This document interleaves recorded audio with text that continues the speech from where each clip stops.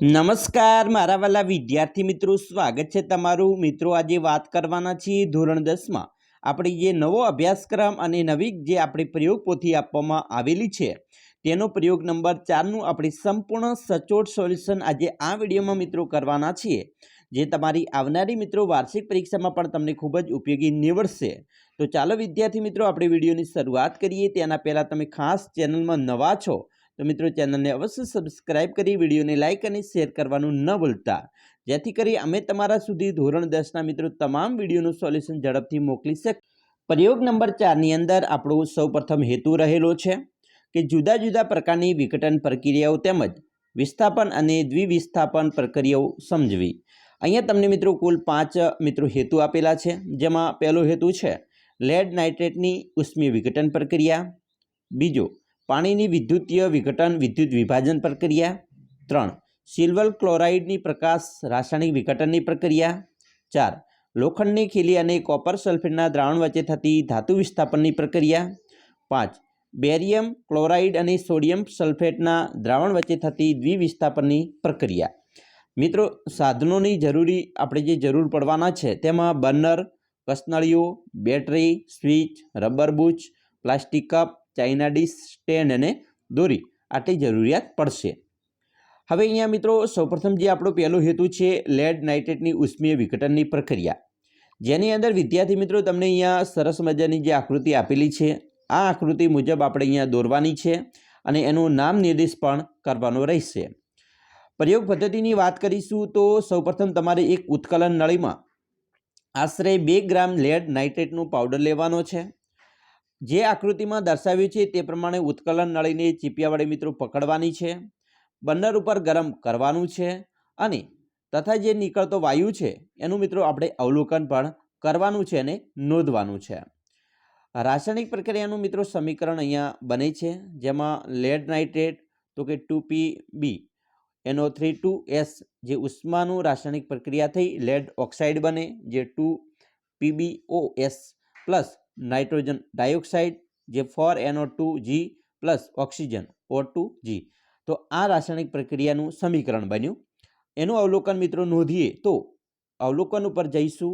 આમ લેડ નાઇટ્રેટને ગરમ કરતાં કસનળીમાંથી કથ્થાઈ રંગનો NO2 જે વાયુ છે એ બહાર નીકળે છે.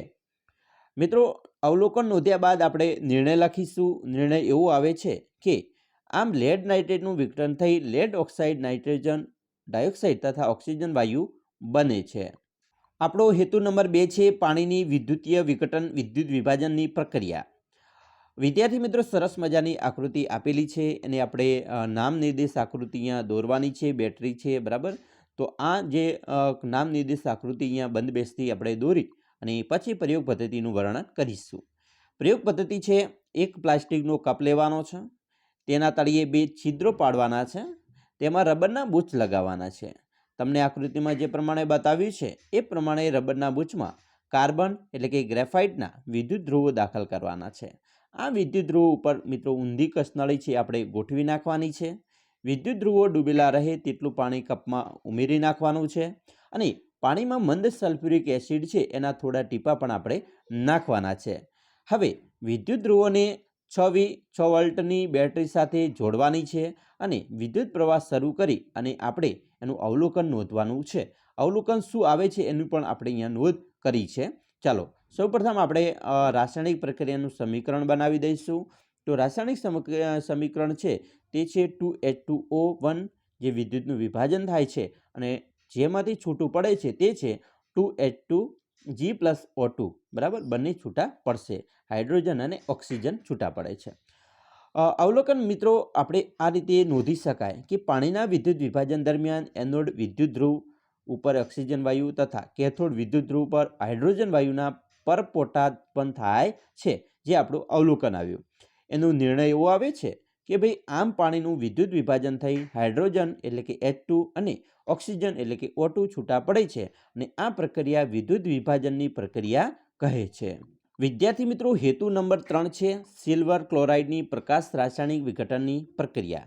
અહીંયા સરસ મજાની આપણે એક બારી દોરેલી છે, એમાં એક ડીશ છે, ડીશમાં મિત્રો ચાઇના ડીશ છે અને સિલ્વર ક્લોરાઇડના ટુકડા મૂકેલા છે, જેની આપણે આકૃતિ અહીંયા બંધબેસથી દોરવાની છે. વિદ્યાર્થી મિત્રો, પ્રયોગ પદ્ધતિનું વર્ણન કરીએ તો સૌપ્રથમ તમારે એક બાષ્પ વાટિકા એટલે કે ચાઇના ડીશમાં આશરે 2 ગ્રામ સિલ્વર ક્લોરાઇડ લેવાનું છે. આ બાષ્પ વાટિકા ચાઇના ડીશ છે એને થોડાક સમય માટે સૂર્યપ્રકાશમાં મૂકી દેવાની છે. થોડા સમય પછી સિલ્વર ક્લોરાઇડનું અવલોકન તમારે કરવાનું છે અને એનું નોંધ કરવાની છે. અહીંયા રાસાયણિક પ્રક્રિયાનું સમીકરણ મિત્રો મળે છે તે છે સિલ્વર ક્લોરાઇડ એટલે કે 2AgCl બરાબર S, જે સૂર્યપ્રકાશની હાજરીમાં 2Ag સિલ્વર અને Cl2 ક્લોરીન આ બંને છૂટા પડે છે. બરાબર, તો સિલ્વર ક્લોરાઇડમાંથી છૂટું પડે છે તે છે સિલ્વર અને ક્લોરીન. એનું અવલોકન નોંધીશું. અવલોકન ઉપર જઈએ તો આમ સિલ્વર ક્લોરાઇડને સૂર્યપ્રકાશમાં મૂકી રાખતા તેને સફેદ રંગ દૂર થઈ ભૂખરો રંગ બને છે. નિર્ણય ઉપર આવીએ તો કે ભાઈ આમ સિલ્વર ક્લોરાઇડનું સૂર્યપ્રકાશ દ્વારા વિઘટન થઈ સિલ્વર અને ક્લોરીન વાયુ મળે છે.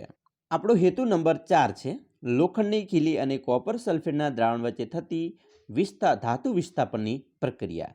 મિત્રો, તમારી આકૃતિ છે અહીંયા બંધ બેસતી દોરવાની છે. પ્રયોગ પદ્ધતિનું વર્ણન કરીશું કે કાચ પેપરથી ઘસીને સાફ કરેલી 3 લોખંડની ખીલી લેવાની છે. 2 કસનળી લઈ તેમાં નામ A અને B લખવાના છે. પ્રત્યેક કસનળીમાં મિત્રો 10 મિલી કોપર સલ્ફેટનું દ્રાવણ લેવાનું છે. લોખંડની 2 ખીલીઓને દોરી વડે બાંધી આકૃતિમાં દર્શાવ્યા પ્રમાણે કોપર સલ્ફેટનું દ્રાવણ ભરેલી કસનળીમાં બીમાં 20 મિનિટ માટે ડૂબાડેલી રહેવા દેવાની છે. બંને ખીલીના રંગની સરખામણી અલગ અલગ રાખેલ ખીલી સાથે કરવાની છે. અહીંયા મિત્રો રાસાયણિક પ્રક્રિયા થશે ferric FeS plus copper sulphate CuSO4 બરાબર Ag. રાસાયણિક પ્રક્રિયા થાય છે જેમાંથી છૂટું પડે છે ફેરસ સલ્ફેટ અને કોપર છૂટા પડશે. હવે આપણે અવલોકન નોંધીશું. વિદ્યાર્થી મિત્રો, અવલોકન એવું નોંધવામાં આવે છે કે લોખંડની ખીલી કથ્થાઈ રંગની બને છે અને કોપર સલ્ફેટના દ્રાવણોની ભૂરો રંગ આછો લીલો બને છે. આના ઉપરથી આપણે નિર્ણય ઉપર આવીશું. નિર્ણય મિત્રો આપણો બને છે કે ભાઈ આમ આયર્નના દ્વારા કોપર સલ્ફેટમાંથી કોપરનું વિસ્થાપન થઈ ફેરસ સલ્ફેટ બને છે, જે વિસ્થાપન પ્રક્રિયા છે. સૌપ્રથમ મિત્રો અને છેલ્લો આપણો જે હેતુ છે તે છે 5મો બેરિયમ ક્લોરાઇડ અને સોડિયમ સલ્ફેટના દ્રાવણ વચ્ચે થતી દ્વિવિસ્થાપન પ્રક્રિયા. આકૃતિ છે એ પ્રક્રિયા પહેલાં અને પ્રક્રિયાના અંતે બંને આકૃતિ આપણે અહીંયા દોરી નાખવાની છે. હવે વિદ્યાર્થી મિત્રો, અહીંયા પ્રયોગ પદ્ધતિની વાત કરીશું તો પ્રયોગ પદ્ધતિનું વર્ણન આ રીતે કરી શકાય કે એક કસનળીમાં આશરે 3 ml સોડિયમ સલ્ફેટનું દ્રાવણ લેવાનું છે. બીજી કસનળીમાં આશરે 3 ml બરાબર બેરિયમ ક્લોરાઇડનું દ્રાવણ લેવાનું છે.